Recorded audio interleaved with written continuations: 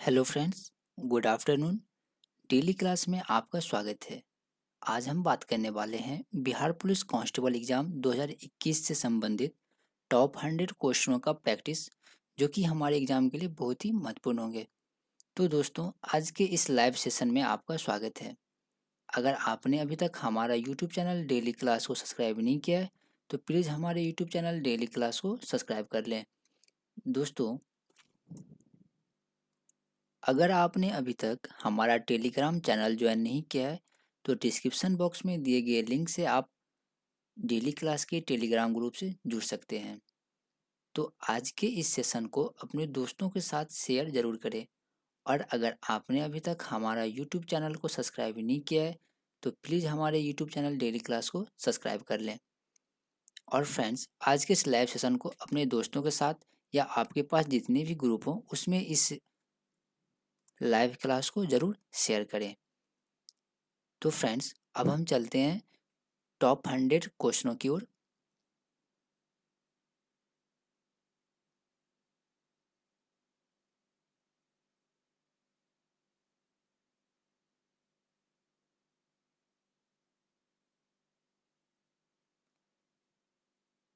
तो दोस्तों, जैसे कि यहाँ पे आप देख सकते हैं, हमारा फर्स्ट क्वेश्चन है, बिहार से होकर जाने वाली राष्ट्रीय राजमार्ग कौन सा है?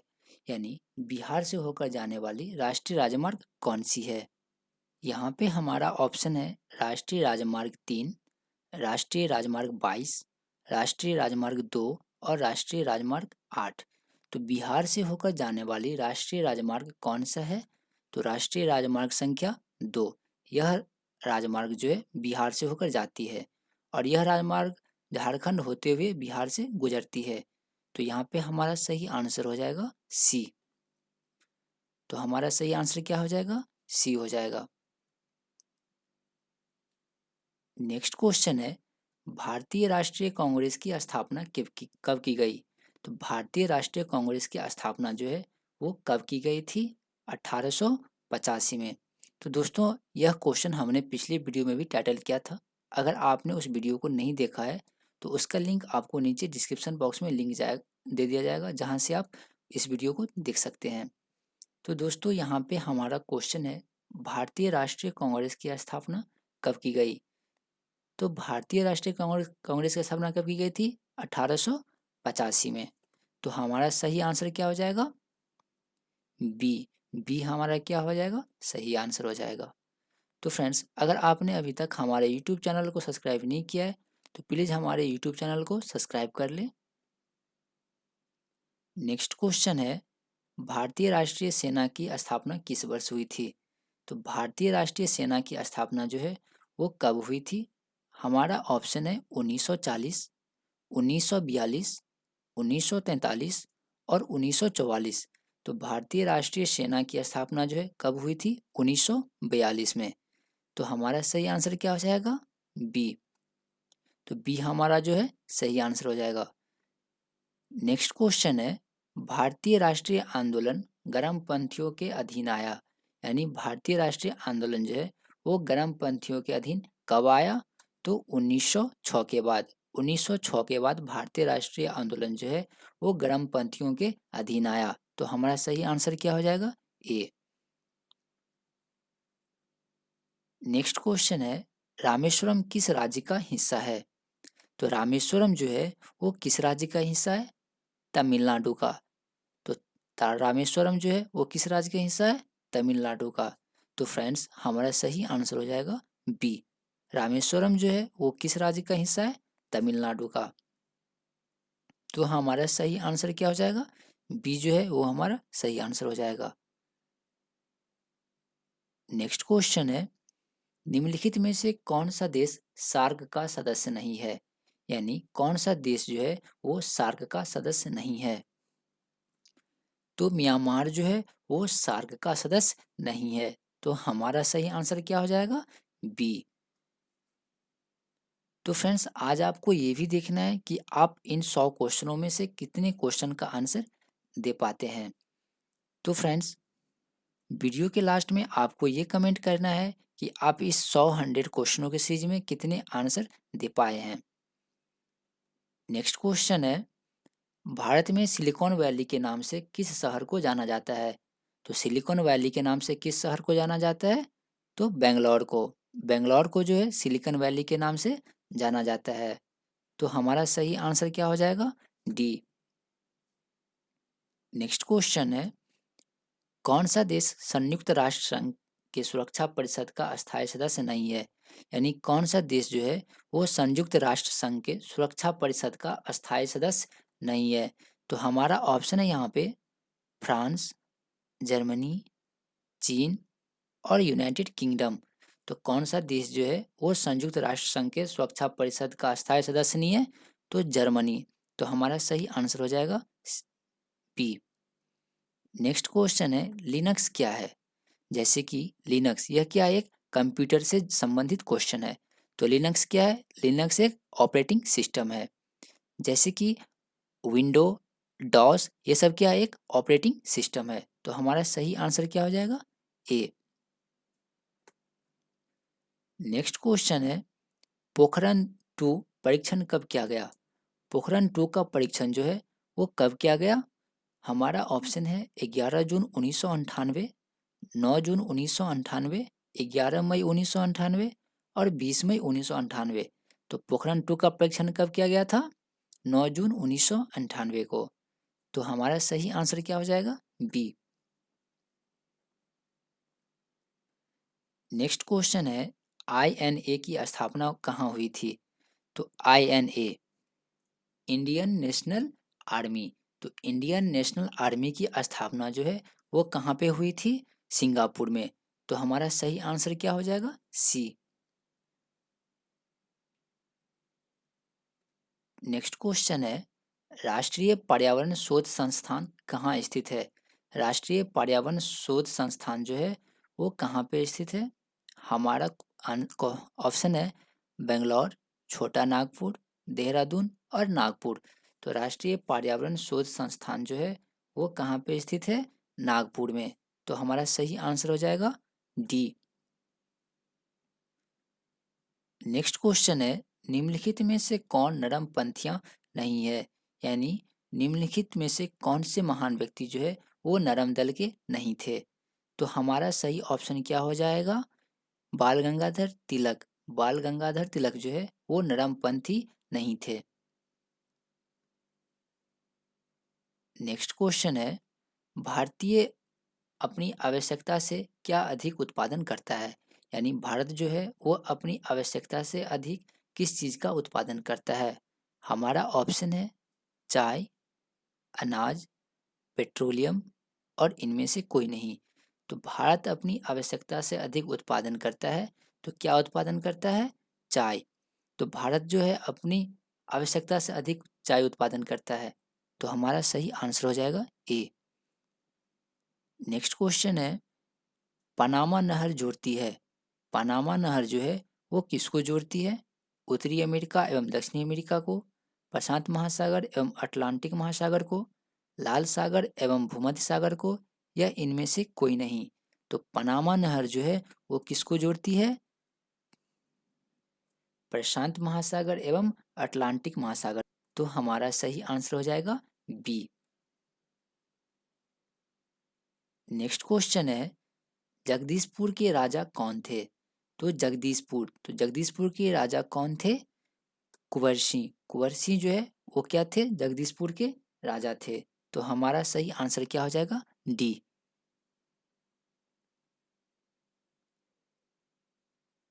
नेक्स्ट क्वेश्चन है, माउंट एटना क्या है? माउंट एटना जो है वो क्या है? एक पर्वत का नाम है, या ज्वालामुखी है, या एक पर्वत शिखर है, या पठार है? तो माउंट एटना जो है वो क्या है? एक ज्वालामुखी है। माउंट एटना जो है एक ज्वालामुखी का नाम है। तो हमारा सही ऑप्शन क्या हो जाएगा? बी। नेक्स्ट है, किसी स्थान का मानक समय निर्धारित करने का आधार है। यानी किसी स्थान का मानक समय जो है वो किस चीज से निर्धारित किया जाता है? देशांतर रेखा से। तो मानक समय जो है वो देशांतर रेखा से निर्धारित किया जाता है। तो हमारा सही आंसर हो जाएगा ए, देशांतर रेखा। नेक्स्ट क्वेश्चन है, ग्रांड कैनियन है, यानी ग्रांड कैनियन जो है क्या है? एक खड्ड है, या एक बड़ी तोप है, एक नदी है, या एक टापू है? तो ग्रांड कैनियन जो है वो क्या है? एक खड्ड है। तो हमारा सही आंसर हो जाएगा ए। तो फ्रेंड्स, अगर आपने अभी तक हमारा यूट्यूब चैनल डेली क्लास को सब्सक्राइब नहीं किया है तो प्लीज़ हमारे यूट्यूब चैनल डेली क्लास को सब्सक्राइब कर लें। नेक्स्ट क्वेश्चन है, पूर्वी घाट एवं पश्चिमी घाट का मिलन स्थल है। तो पूर्वी घाट और पश्चिमी घाट के मिलन स्थल को किस नाम से जानते हैं? तो हमारा यहाँ पे ऑप्शन है अनईमुड़ी, नीलगिरी, मलयगिरी और इनाई मलई। तो पूर्वी घाट एवं पश्चिमी घाट के मिलन स्थल को किस नाम से जानते हैं? तो नीलगिरी के नाम से। तो हमारा सही आंसर हो जाएगा बी।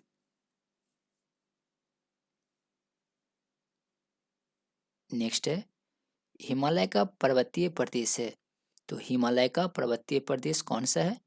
ट्रांस हिमालय, शिवालिक, बृहत हिमालय या अरावली? तो हिमालय का पर्वतीय प्रदेश जो है वो कौन सा है? शिवालिक। शिवालिक जो है वो हिमालय का पर्वतीय प्रदेश है। नेक्स्ट क्वेश्चन है, 12वीं सदी के राष्ट्रकूट वंश के 5 शिलालेख किस राज्य में मिले हैं? तो 12वीं सदी के राष्ट्रकूट वंश के 5 शिलालेख जो है वो किस राज्य में मिले हैं? महाराष्ट्र में। तो 12वीं सदी के राष्ट्रकूट वंश के 5 शिलालेख जो है वो महाराष्ट्र राज्य में मिले हैं। तो हमारा सही आंसर हो जाएगा ए। नेक्स्ट है, मुद्रा नीति का प्रधान लक्ष्य क्या है?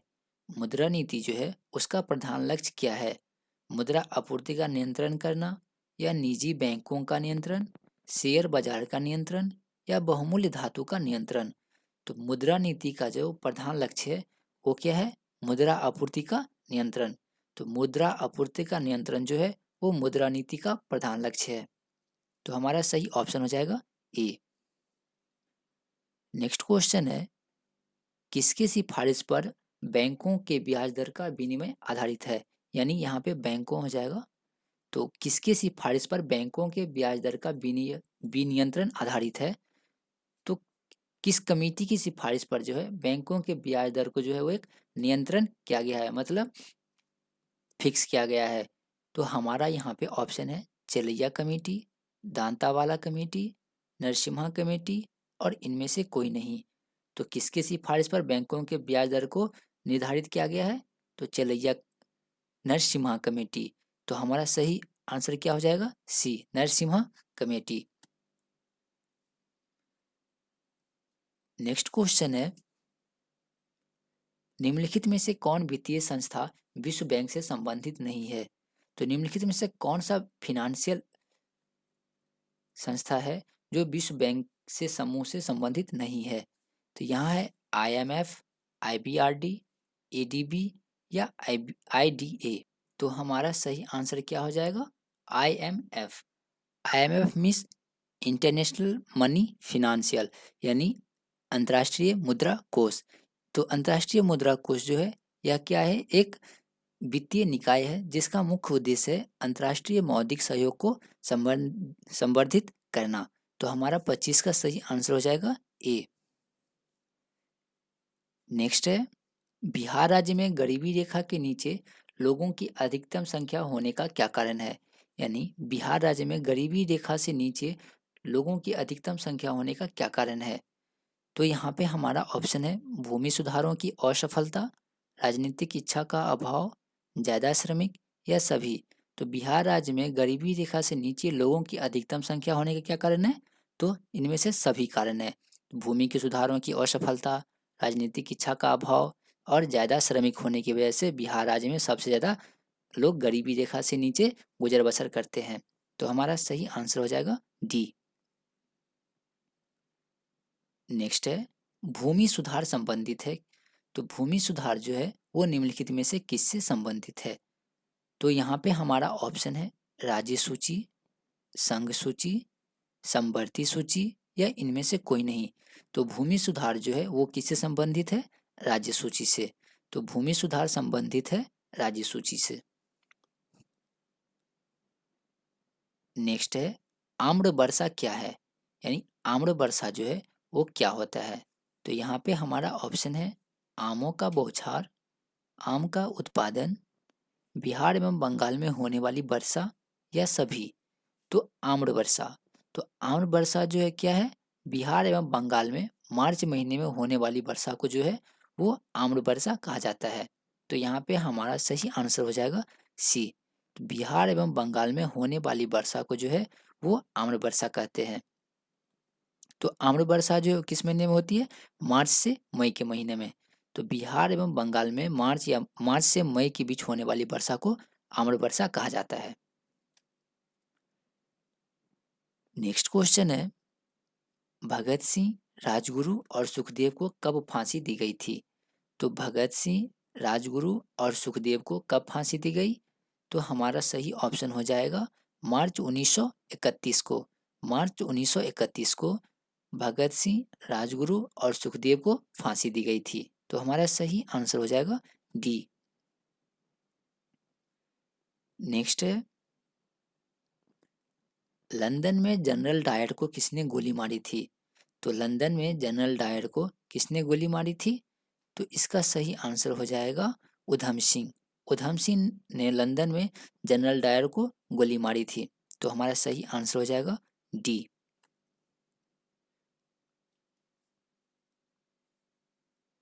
नेक्स्ट क्वेश्चन है, अखिल भारतीय खिलाफत सम्मेलन जो 1919 में हुआ उसके अध्यक्ष कौन थे? तो अखिल भारतीय खिलाफत सम्मेलन, तो अखिल भारतीय खिलाफत सम्मेलन जो कब हुआ था? 1919 में। तो उसके अध्यक्ष कौन थे?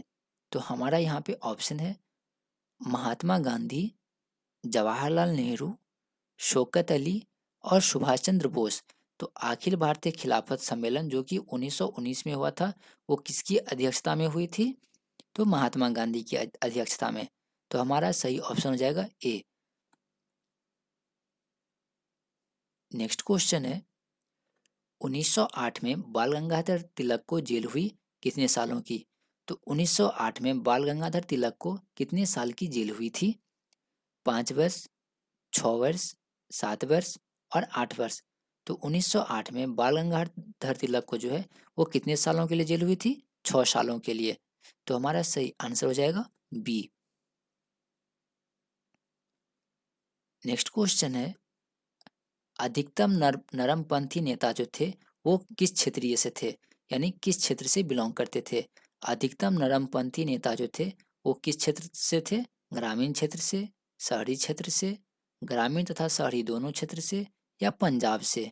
तो अधिकतम नरमपंथी नेता जो थे वो किस क्षेत्र से थे? शहरी क्षेत्रों से। तो हमारा सही आंसर हो जाएगा बी। अधिकतम नरमपंथी नेता जो थे वो शहरी क्षेत्रों से थे। नेक्स्ट क्वेश्चन है, 1857 के विद्रोह का बिहार में 15 जुलाई 1857 से 20 जुलाई 1858 20 जनवरी 1858 तक केंद्र था। यानी 1857 के विद्रोह के समय में जो है वो 15 जुलाई 1857 से 20 जनवरी 1858 तक कहाँ पर केंद्र बना हुआ था? तो हमारा सही आंसर हो जाएगा जगदीशपुर में।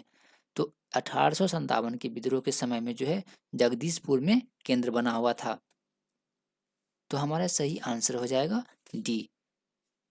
नेक्स्ट क्वेश्चन है, होज विद्रोह हुआ, होज विद्रोह कब हुआ था? तो होज विद्रोह जो है वो कब हुआ था? 1820 से 1821 के दौरान। तो होज विद्रोह जो है वो 1820 से 1821 के दौरान हुआ था। तो इसका सही आंसर हो जाएगा सी। होज विद्रोह कब हुआ? 1820 से 21 के दौरान।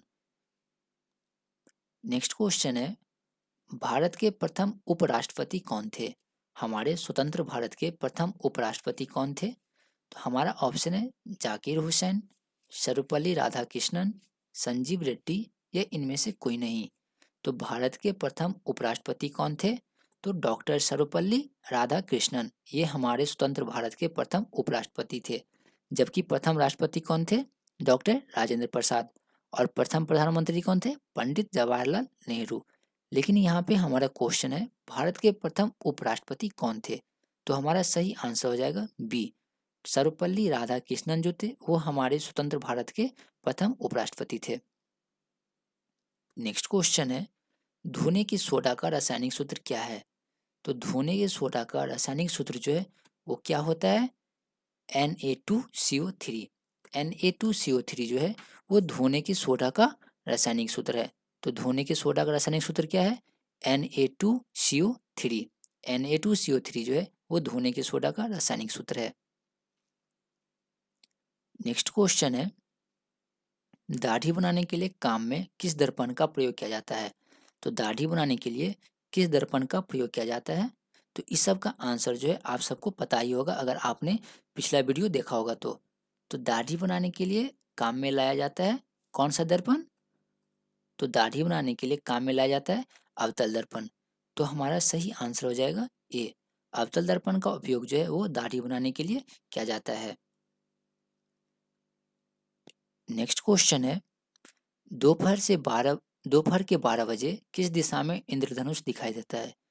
तो दोपहर के 12 बजे जो है किस दिशा में इंद्रधनुष दिखाई देता है? पश्चिम में, दक्षिण में, पूर्व में या कोई भी नहीं? तो दोपहर में 12 बजे जो है किस दिशा में इंद्रधनुष दिखाई देता है? तो किसी भी दिशा में दिखाई नहीं देता है। तो दोपहर के 12 बजे किस दिशा में इंद्रधनुष दिखाई देता है? कोई भी नहीं, यानी हमारा आंसर डी जो है वो सही हो जाएगा। नेक्स्ट है, दूरदृष्टि निवारण के लिए काम में लाया जाता है। अगर किसी व्यक्ति को दूरदृष्टि दोष हो जाता है तो उसके लिए कौन सा लेंस जो है यूज किया जाता है? तो यहाँ पे हमारा ऑप्शन है अवतल दर्पण, उत्तल दर्पण, उत्तल लेंस और अवतल लेंस। तो दूरदृष्टि निवारण के लिए किस लेंस का उपयोग किया जाता है? उत्तल लेंस का। बाकी ये सब तो दर्पण है यानी शीशा है, तो इन सब का उपयोग तो लेंस के रूप में नहीं कर सकते हैं। तो हमारा सही आंसर हो जाएगा सी, उत्तल लेंस। तो दूरदृष्टि निवारण के लिए उत्तल लेंस, जबकि निकट दृष्टि निवारण के लिए अवतल लेंस का प्रयोग करते हैं।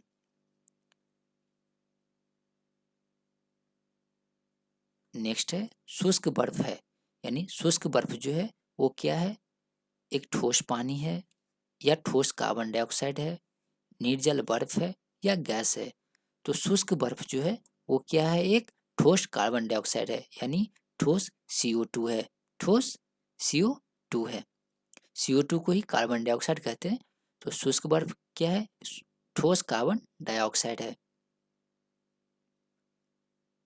नेक्स्ट क्वेश्चन है, परमाणु के नाभिक में निम्नलिखित में से कितने कण होते हैं? यानी कौन कौन से कण होते हैं? तो परमाणु के नाभिक में कौन कौन से कण होते हैं? हमारा यहाँ पे ऑप्शन है प्रोटॉन एवं न्यूट्रॉन, इलेक्ट्रॉन, प्रोटॉन प्रोटॉन एवं इलेक्ट्रॉन, इलेक्ट्रॉन एवं न्यूट्रॉन। तो परमाणु के नाभिक में कौन से कण होते हैं? प्रोटॉन एवं न्यूट्रॉन। तो प्रोटॉन की और न्यूट्रॉन जो है वो परमाणु के नाभिक में विद्यमान कण है। तो हमारा सही आंसर हो जाएगा ए। नेक्स्ट है, रेडियम की खोज किसने की? तो रेडियम की खोज जो है वो किसने की थी? रॉबर्ट पियरे और मैडम क्यूरी ने, दोनों ने मिलकर रेडियम की खोज की थी। तो हमारा सही आंसर हो जाएगा डी, रॉबर्ट पियरे और मैडम क्यूरी ने मिलकर रेडियम की खोज की थी। नेक्स्ट है, विटामिन B2 का रासायनिक नाम क्या है? तो विटामिन B2 का रासायनिक नाम जो है वो क्या है? राइबोफ्लोविन। राइबोफ्लोविन जो है वो विटामिन B2 का रासायनिक नाम है। तो हमारा सही आंसर हो जाएगा ए।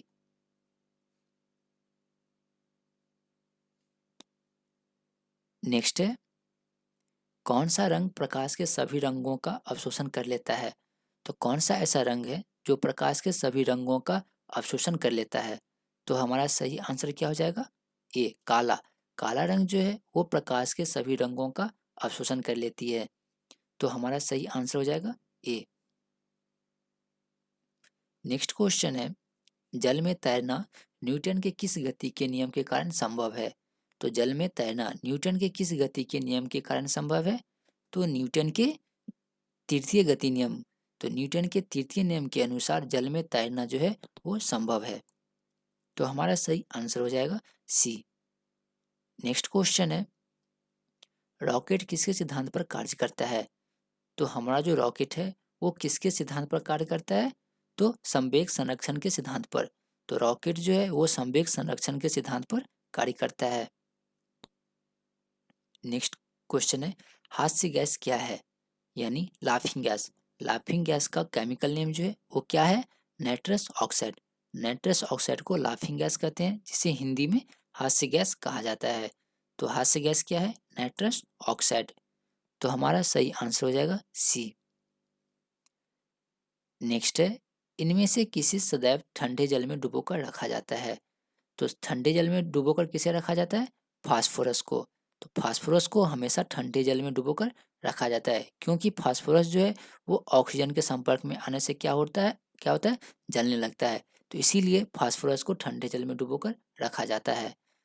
नहीं तो अगर ये फास्फोरस ऑक्सीजन के संपर्क में आ जाए तो क्या होगा? तुरंत आग पकड़ लेगा। तो हमारा इसका सही आंसर हो जाएगा बी, फास्फोरस। नेक्स्ट क्वेश्चन है, लार निम्न में से किसके पाचन में सहयोग करती है? हमारा जो लार है वो किसके पाचन में सहयोग करती है? तो स्टार्च के पाचन में। तो लार जो है वो स्टार्च के पाचन में सहयोग करती है। तो हमारा सही आंसर जो है वो हो जाएगा ए। नेक्स्ट क्वेश्चन है, हीरा और ग्रेफाइट कार्बन के क्या है? तो हीरा और ग्रेफाइट जो है वो कार्बन के क्या है? दो अपरूप हैं। हीरा और ग्रेफाइट जो है वो कार्बन के क्या है? दो अपरूप हैं। नेक्स्ट क्वेश्चन है, कार्य का मात्रक इनमें से कौन सा है? यानी कार्य मतलब वर्क। वर्क का ऐसा यूनिट जो है क्या होता है? तो वर्क का ऐसा यूनिट जो है वो होता है जूल। तो कार्य का ऐसा मात्रक जो है वो क्या हो जाएगा? जूल हो जाएगा। तो हमारा सही आंसर हो जाएगा ए। नेक्स्ट क्वेश्चन है, हर्ज। हर्ज जो है किसकी इकाई है? हर्ज जो है वो किसकी इकाई है? फ्रीक्वेंसी की। यानी हर्ज को मापने की इकाई क्या है? फ्रीक्वेंसी। फ्रीक्वेंसी का जो ऐसा यूनिट होता है वो होता है हर्ज। फ्रीक्वेंसी का जो ऐसा यूनिट होता है वो क्या होता है? हर्ज होता है। तो हर्ज मापने की इकाई है। तो हर्ज किसके मापने की इकाई है? तरंग की आवृत्ति, यानी आवृत्ति को ही फ्रीक्वेंसी कहते हैं। तो फ्रीक्वेंसी को हिंदी में क्या कहते हैं? आवृत्ति। तो तरंगों की आवृत्ति की मापने की इकाई को क्या कहते हैं? हर्ज कहते हैं। यानी आवृत्ति की ऐसा यूनिट जो है वो क्या है? हर्ज है। तो हमारा सही आंसर हो जाएगा बी। नेक्स्ट है, मात्रकों की अंतर्राष्ट्रीय पद्धति कब से लागू की गई? तो मात्रकों की अंतर्राष्ट्रीय पद्धति जो है वो 1951 में लागू की गई थी। नेक्स्ट है, एक खगोलीय इकाई इनमें से किससे संबंधित है? एक खगोलीय इकाई जो है इनमें से किससे संबंधित है? चंद्रमा एवं पृथ्वी के बीच की दूरी से, सूर्य एवं पृथ्वी के बीच की दूरी से, सूर्य एवं चंद्रमा के बीच की दूरी से, या उपरोक्त में से कोई नहीं? तो चंद्रमा एवं पृथ्वी के बीच की दूरी से या सूर्य एवं पृथ्वी के बीच की दूरी से। तो हमारा सही आंसर कौन सा हो जाएगा? बी, सूर्य एवं पृथ्वी के बीच की दूरी से खगोलीय इकाई जो है इससे संबंधित है। तो खगोलीय इकाई इनमें से किससे संबंधित है? सूर्य एवं पृथ्वी के बीच की दूरी से। नेक्स्ट हमारा क्वेश्चन है, इनमें से कौन सा एक सदिश राशि नहीं है? तो इनमें से कौन सा एक सदिश राशि नहीं है? तो द्रव्यमान। द्रव्यमान जो है यह एक सदिश राशि नहीं है। तो हमारा सही आंसर हो जाएगा ए। नेक्स्ट है, पदार्थ के संवेग और वेग के अनुपात से निम्नलिखित में से कौन सी भौतिक राशि प्राप्त की जाती है? पदार्थ के संवेग और वेग के अनुपात से। तो हमारा क्वेश्चन यहाँ पे कह रहा है कि पदार्थ के संवेग और वेग के अनुपात से कौन सी भौतिक राशि प्राप्त होती है? तो संवेग और वेग। तो हमारा सही आंसर क्या हो जाएगा? द्रव्यमान।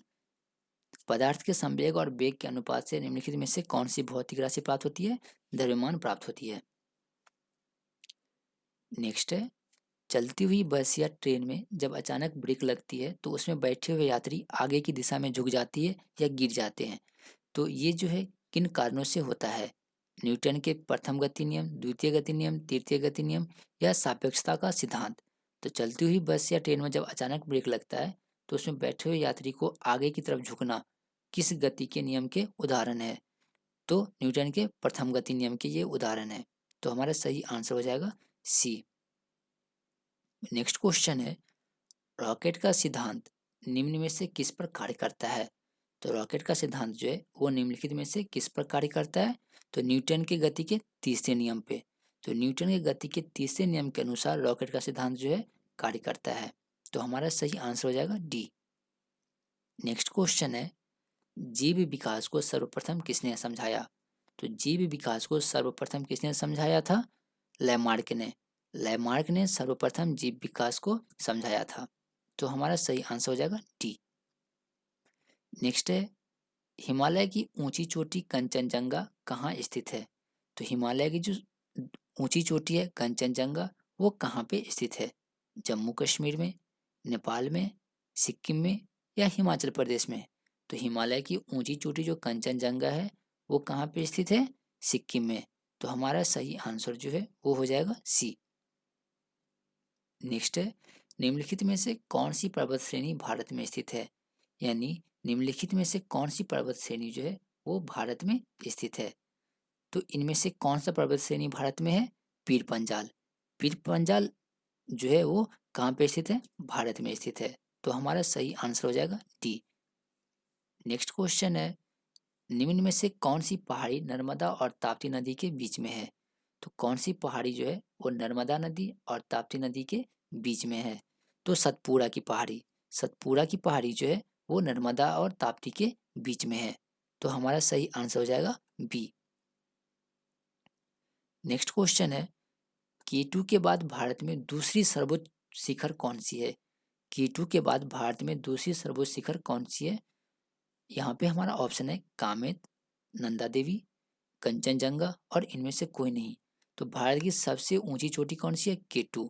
तो भारत की सबसे ऊंची चोटी K2 के बाद दूसरा सबसे ऊंचा चोटी जो है वो कौन सा है?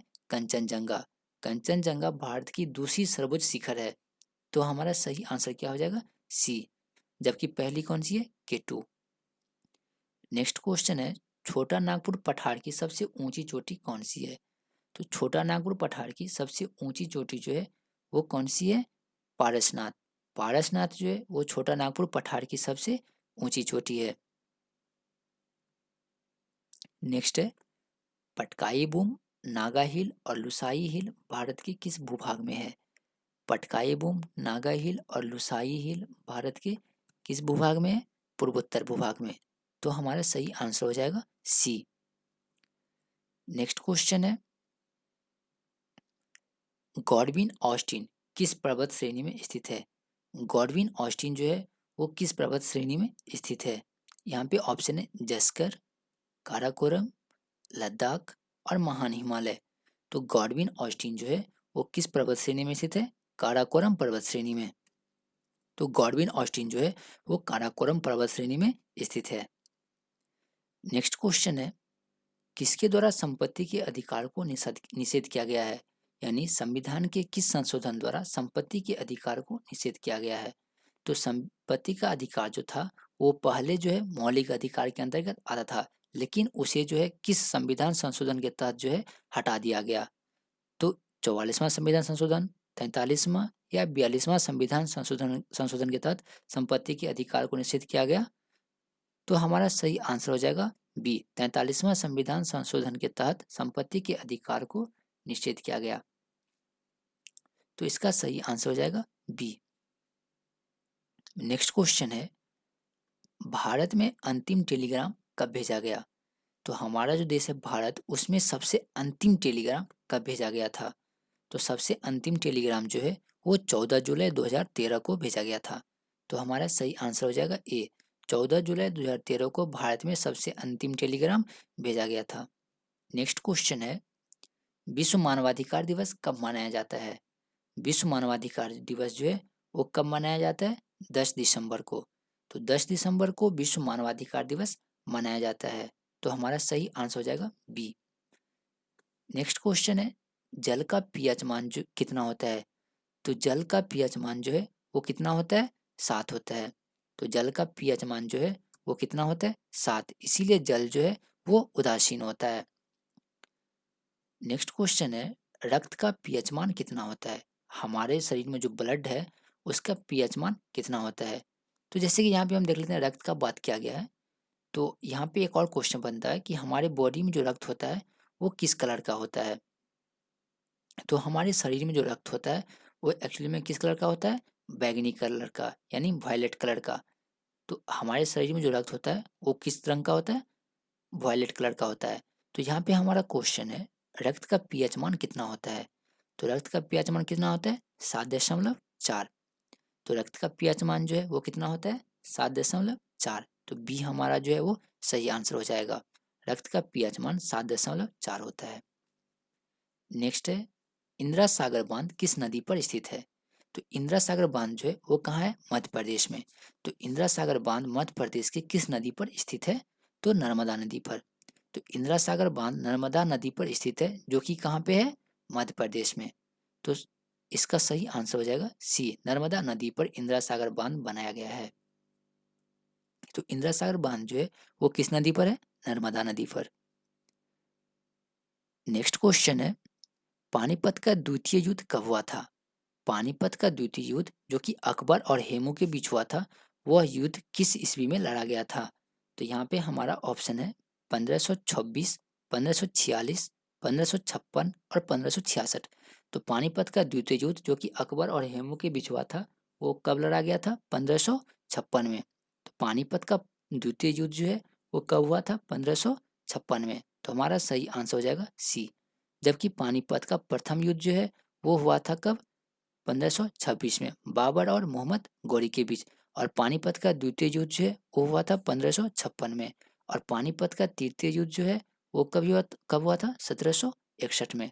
1761 में पानीपत का तृतीय युद्ध हुआ था। तो पानीपत का तृतीय युद्ध हुआ था 1761 में, जबकि पानीपत का द्वितीय युद्ध 1556 में हुआ था।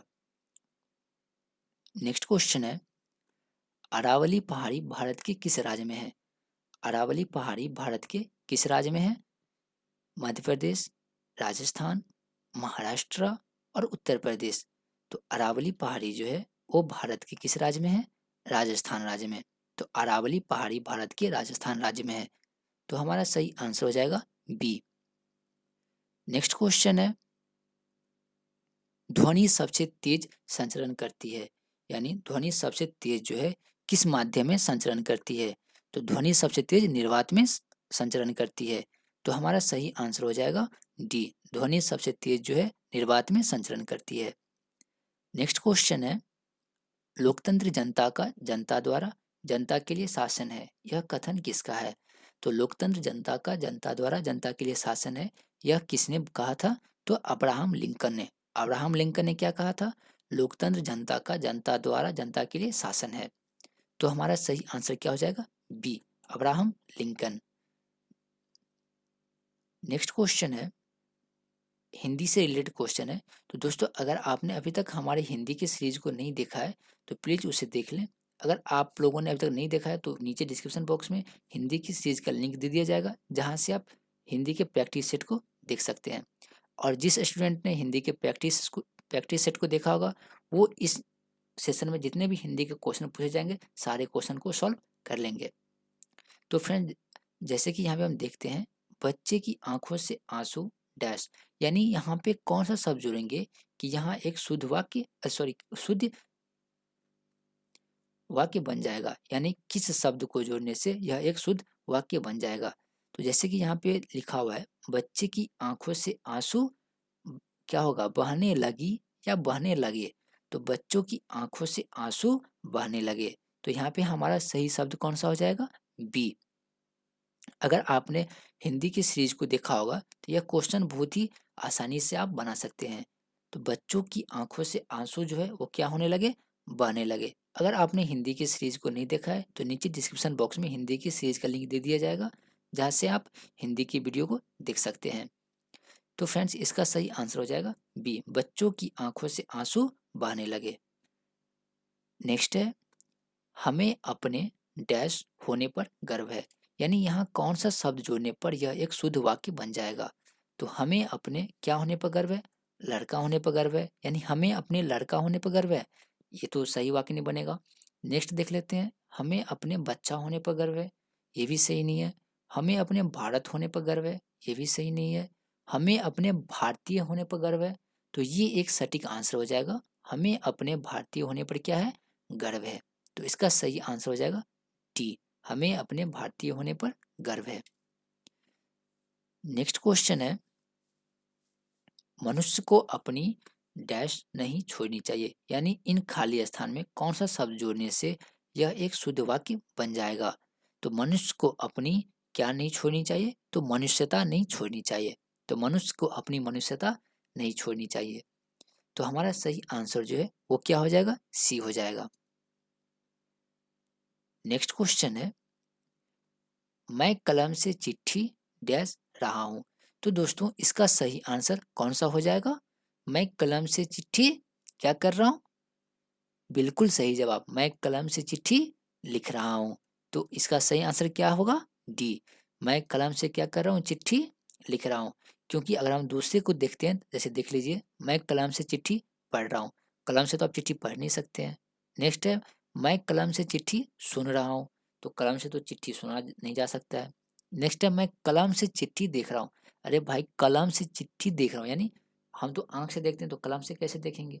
तो ये भी एक गलत हो जाएगा। नेक्स्ट है लिख, यानी मैं कलम से चिट्ठी लिख रहा हूँ। तो लिखते तो हम एक्चुअली किसी से, पेन से या पेंसिल से लिखते हैं। तो यह एक हमारा शुद्ध शब्द जोड़ने से यह एक पूर्ण वाक्य बन जाएगा। तो हमारा सही आंसर हो जाएगा डी, मैं कलम से चिट्ठी लिख रहा हूँ। नेक्स्ट है, बागों में डैश खिलते हैं। तो इनमें से कौन सा शब्द यहाँ पे जोड़ने पर यह एक पूर्ण वाक्य बन जाएगा? तो बागों में चिड़िया खिलते हैं, या मोर खिलते हैं, फूल खिलते हैं, या भौरे खिलते हैं? तो बागों में क्या खिलते हैं? बिल्कुल सही, फूल खिलते हैं। तो बागों में फूल खिलते हैं। तो हमारा सही आंसर हो जाएगा सी, बागों में क्या खिलते हैं? फूल खिलते हैं। नेक्स्ट है, सही बर्तनी वाले शब्दों का पहचान करें। यानी यहाँ पे 4 ऑप्शन दिए गए हैं, जिनमें से कि 3 गलत है और एक सही है। तो 3 गलत है और एक सही है, तो जो सही है उसका चयन करना है। तो इनमें से देखिए कौन सा सही है। यहाँ पे है अ धाय संयुक्त य न अध्ययन। यहाँ पे है अध्ययन, अध्ययन और अध्ययन। तो सही बर्तनी वाले शब्दों का पहचान करें। तो इनमें से कौन सा सही लिखा गया? तो एक्चुअली में हमारा जो शब्द है वो क्या होता है? अध्ययन होता है। ठीक, तो यहाँ पे हमारा सही आंसर हो जाएगा ए। तो ये जो है वो एक शुद्ध शब्द है जिसमें कोई त्रुटि नहीं है। नेक्स्ट फिर हमें पहचानना है, यहाँ पे 4 ऑप्शन दिए गए हैं, जिनमें से कि एक सही है और बाकी 3 गलत है। तो इनमें से सही कौन सा है वो हमें चुनना है। तो यहाँ पे हमारा जो सही शब्द होगा वो होगा अवकाश। जैसे कि छुट्टी लेना, जैसे कि कोई भी हम स्कूल में जैसे पढ़ते थे, तो टीचर क्या बोलते थे कि अवकाश पत्र लिखो, यानी अवकाश लिखो कि हम इतने दिन के लिए अवकाश लेना चाहते हैं। तो यहाँ पे अवकाश का सही जो है वो क्या हो जाएगा? यहाँ पे देखिए अ ब है, तो यानी अब हो गया, यानी एक्चुअली होता क्या? अवकाश होता है। ठीक, तो अ व क में आ की मात्रा और तालिफ स है। यहाँ पे क में आ की मात्रा और दंत स है। यहाँ पे फिर तालव्य स है, जिसमें कि इसमें क में कोई मात्रा नहीं है। तो इनमें से कौन सा सही हो जाएगा? बिल्कुल सही, हमारा कौन सा सही हो जाएगा? बी नंबर, अवकाश। नेक्स्ट क्वेश्चन है, सही बर्तनी वाले शब्दों का पहचान करें। तो इनमें से कौन सा सही हो जाएगा? जैसे कि यहाँ पे देख लेते हैं हम, आशीर्वाद, आशीर्वाद, आशीर्वाद या आशीर्वाद। तो इनमें से कौन सा सही होगा? C number. तो हमारा सही ऑप्शन हो जाएगा सी। नेक्स्ट है, दिए गए शब्दों में से कौन सा सही है? तो इसमें से कौन सा सही हो जाएगा? C option. तो हमारा सही आंसर क्या हो जाएगा? सी। उज्ज्वल का उच्चारण होता है उ ज ज व संयुक्त और ल, उज्ज्वल। तो जैसे कि यहाँ पे आप इसका ऑप्शन सही कर लेंगे, तो यहाँ पे हमारा सही ऑप्शन क्या हो जाएगा? सी। तो यहाँ पे हम क्या कर लेंगे? सी हो जाएगा। एक्चुअली बाय मिस्टेक ये डी एंटर हो गया, तो यहाँ पे हम क्या कर लेंगे? सी कर लेंगे। नेक्स्ट है, राष्ट्र का पर्यायवाची क्या होगा? तो राष्ट्र का पर्यायवाची क्या होगा? देश होगा। जबकि धरती जो है वो तो एक राष्ट्र नहीं है, संसार ये अपना एक राष्ट्र नहीं है, बाहर ये भी एक राष्ट्र नहीं है। तो राष्ट्र से मिलते जुलते शब्द कौन से हैं? देश। राष्ट्र को ही हम देश बोलते हैं।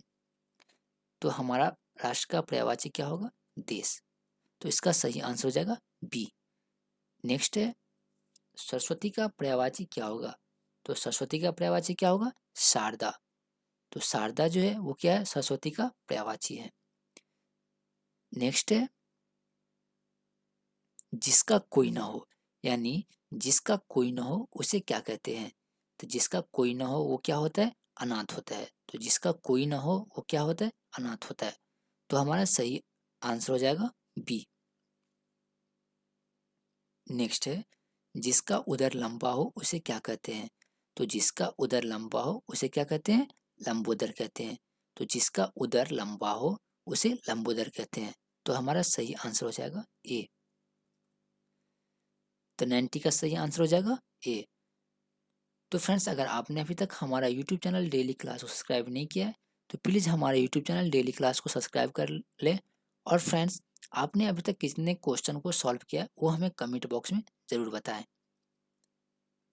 तो फ्रेंड्स, नेक्स्ट क्वेश्चन है हमारा, जो कम बोलता हो, जो कम बोलता हो उसे क्या कहते हैं? उसे गूंगा कहते हैं, मूक कहते हैं, वाचाल कहते हैं या मितभाषी कहते हैं? तो जो कम बोलता हो उसे क्या कहते हैं? मितभाषी कहते हैं। तो जो कम बोलता हो उसे मितभाषी कहते हैं। तो हमारा सही आंसर हो जाएगा डी। तो जो कम बोलता हो उसे मितभाषी कहते हैं। नेक्स्ट है, जो सब कुछ जानता हो, यानी जिसके पास सब कुछ का ज्ञान हो, तो उसे क्या कहते हैं? कर्मज्ञ, महान, सर्वज्ञ या ज्यादा जानने वाला? तो जो सब कुछ जानता हो, तो जो सब कुछ जानता हो उसे क्या कहते हैं? सर्वज्ञ कहते हैं। जो सब कुछ जानता है उसे सर्वज्ञ कहते हैं। तो हमारा सही आंसर हो जाएगा सी। जो सब कुछ जानता है उसे सर्वज्ञ कहते हैं। नेक्स्ट है, योग्य। योग्य का विलोम क्या होगा? जैसे कि योग्य, तो योग्य का जस्ट अपोजिट यानी उसके जस्ट उल्टा। जैसे कि आप एग्जाम देने के योग्य है, यानी आप परीक्षा देने के योग्य हैं, यानी तो इसका विपरीत क्या हो जाएगा? वो परीक्षा देने के लिए अयोग्य है। तो यानी आप बिहार पुलिस कांस्टेबल की एग्जाम के योग्य हैं, तो इसका अपोजिट क्या होगा? कि वह बिहार पुलिस की परीक्षा देने के लिए अयोग्य है, यानी उसके पास कोई योग्यता नहीं है। तो योग्य का विलोम क्या हो जाएगा? अयोग्य। तो हमारा सही आंसर हो जाएगा बी। योग्य का विलोम क्या होगा? अयोग्य होगा। नेक्स्ट क्वेश्चन है, आदान। आदान का विलोम क्या होगा? आदान, तो किसी अगर कोई भी व्यक्ति हमें कुछ देता है तो वो क्या कहलाता है? हम उसे क्या कहेंगे? आदान कहेंगे। अगर हम किसी कोई भी चीज़ किसी व्यक्ति को देते हैं तो हम क्या कहते हैं? उसे क्या करते हैं? प्रदान करते हैं। तो उसी तरह आदान का विलोम जो है वो क्या हो जाएगा? प्रदान हो जाएगा। जबकि ग्रहण, आदान को ही क्या कहते हैं? ग्रहण करते हैं। जैसे कि कोई भी चीज़ को हम क्या किए? उसे लिए, तो यानी ग्रहण किए। तो आदान जो है वो ग्रहण हुआ, यानी आदान को ही ग्रहण कहते हैं। अगर हम किसी अपना चीज़ किसी दूसरे व्यक्ति को देते हैं तो क्या होता है? प्रदान करना होता है। तो आदान का विलोम क्या होगा? प्रदान होगा। तो हमारा सही आंसर हो जाएगा ए। तो आदान का विलोम जो है वो क्या होगा? प्रदान। नेक्स्ट है, दिए गए वाक्यों में त्रुटि का चयन करें। यानी यहाँ पे वाक्य दिया गया है जिनमें से कहीं ना कहीं कुछ गलत लिखा हुआ है जो कि हमें ढूंढना है। तो सबसे पहले हम क्या करेंगे? इस शब्द को पढ़ेंगे। तो समाज में रहकर शक्तिशाली लोगों से बैठ जाना ठीक नहीं होता है। तो यहाँ पे देखिए, समाज में रहकर शक्तिशाली लोगों से बैठ जाना, बैठ जाना यहाँ यानी यहाँ पे जो है गलत है। तो यहाँ पे हमारा सही क्या हो जाएगा? समाज में रहकर शक्तिशाली लोगों से बैठ करना ठीक नहीं होता। तो बैठ करना क्या एक कहावत है, तो बैठ जाना, तो बैठ जाना का जगह क्या होगा? बैठ करना। तो यहाँ पे कौन सा गलत है? बैठ जाना। तो बैठ जाना जो है वो क्या है? गलत है। तो हमारा यहाँ पे सही ऑप्शन हो जाएगा बी। कौन सा गलत है? बी, बैठ जाना। तो यहाँ पे क्या होगा? बैठ करना। तो समाज में रहकर शक्तिशाली लोगों से बैठ करना ठीक नहीं होता है। तो इसका सही आंसर हो जाएगा बी। नेक्स्ट है, अर्जुन ने धनुष से मछली की आंख पर निशाना लगाया। यानी मछली का आंख पर निशाना लगाया, यानी यह जो रेखांकित क्या हुआ शब्द है, वाक्य है, वो गलत है। ठीक, तो इसमें कौन सी इसमें से कौन सा ऑप्शन डालने पे यह एक शुद्ध वाक्य बन जाएगा? जैसे कि यहाँ पे अर्जुन ने धनुष से मछली का आंख पर, तो मछली क्या है? वो एक स्त्रीलिंग है। तो स्त्रीलिंग के लिए हम क्या यूज करते हैं? की यूज करते हैं। जबकि का जो है वो किसके लिए? पुल्लिंग के लिए। तो अर्जुन ने धनुष से मछली की आंख पर निशाना लगाया। तब यहाँ पे देखते हैं हम, धनुष से मछली की आंख पर। तो जैसे कि यहाँ से हम चेक कर लेते हैं, मनुष्य मछली से, यानी मछली से, ये तो पहले से ही गलत हो गया। उसके बाद है धनुष से मछली की आंख पर। धनुष से मछली की आंख पर, देखिए यहाँ पे है धनुष से मछली के आंख पर, तो ये भी गलत हो जाएगा। धनुष से मछली की आंख पर, यहाँ देखिए आंख में एरर है, यहाँ पे क्या है बिंदु है जबकि यहाँ पे चांद है, तो धनुष से मछली की आंख पर, तो ये भी हमारा क्या हो जाएगा, गलत हो जाएगा।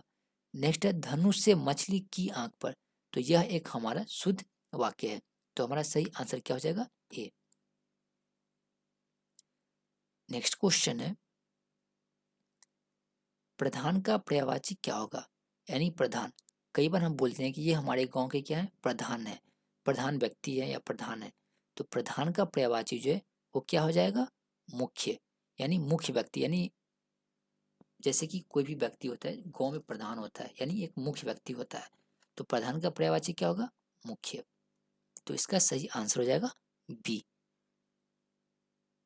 नेक्स्ट है रेखांकित वाक्यों को शुद्ध करें, यानी यहाँ पे जो है रेखांकित वाक्य है वो गलत दिया हुआ है जिसे कि शुद्ध करना है, तो यहाँ पे क्या हो जाएगा, जीवन अवसरों में एक धारा है, अवसरों में एक धारा है, तो यहाँ पे क्या होगा, जीवन अवसरों का एक धारा है, तो का जोड़ने से यह एक हमारा एक शुद्ध वाक्य बन जाएगा। तो अब इसमें देखेंगे कि अवसरों का एक धारा है, तो इसमें अवसरों का धार है, अवसरों की एक धार है, अवसरों का एक धारा, तो यहाँ पे हमारा सही ऑप्शन कौन सा हो जाएगा, सी। जीवन अवसरों का एक क्या है, धारा है, तो सही ऑप्शन हो जाएगा सी। नेक्स्ट क्वेश्चन है क्षेत्रफल की दृष्टि से भारत का सबसे बड़ा राज्य कौन सा है, तो क्षेत्रफल की दृष्टि से भारत का सबसे बड़ा राज्य कौन सा है, तो राजस्थान, तो क्षेत्रफल की दृष्टि से भारत का सबसे बड़ा राज्य है राजस्थान, तो इसका सही आंसर हो जाएगा सी, राजस्थान क्षेत्रफल की दृष्टि से भारत का सबसे बड़ा राज्य है। नेक्स्ट है पृथ्वी दिवस कब मनाया जाता है, पृथ्वी दिवस जो है वो कब मनाया जाता है, तो यह हमारा इस सेशन का लास्ट क्वेश्चन है। तो पृथ्वी दिवस जो है वो कब मनाया जाता है, 22 अप्रैल को, तो 22 अप्रैल को क्या कहा जाता है, पृथ्वी दिवस मनाया जाता है। तो फ्रेंड्स आप इन 100 क्वेश्चनों में से कितने क्वेश्चन का जवाब दिए वो हमें कमेंट बॉक्स में बताना है कि आप इन 100 में से कितने क्वेश्चन को सॉल्व कर पाए। तो फ्रेंड्स आज के लिए बस इतना ही। अगर आपने अभी तक हमारे यूट्यूब चैनल डेली क्लास को सब्सक्राइब नहीं किया है तो प्लीज़ डेली क्लास को सब्सक्राइब कर लें और इस वीडियो को लाइक करना ना भूलें, और इस वीडियो से रिलेटेड आपको कोई भी प्रॉब्लम हो तो आप हमें कमेंट बॉक्स में बता सकते हैं। Thank you for watching this video.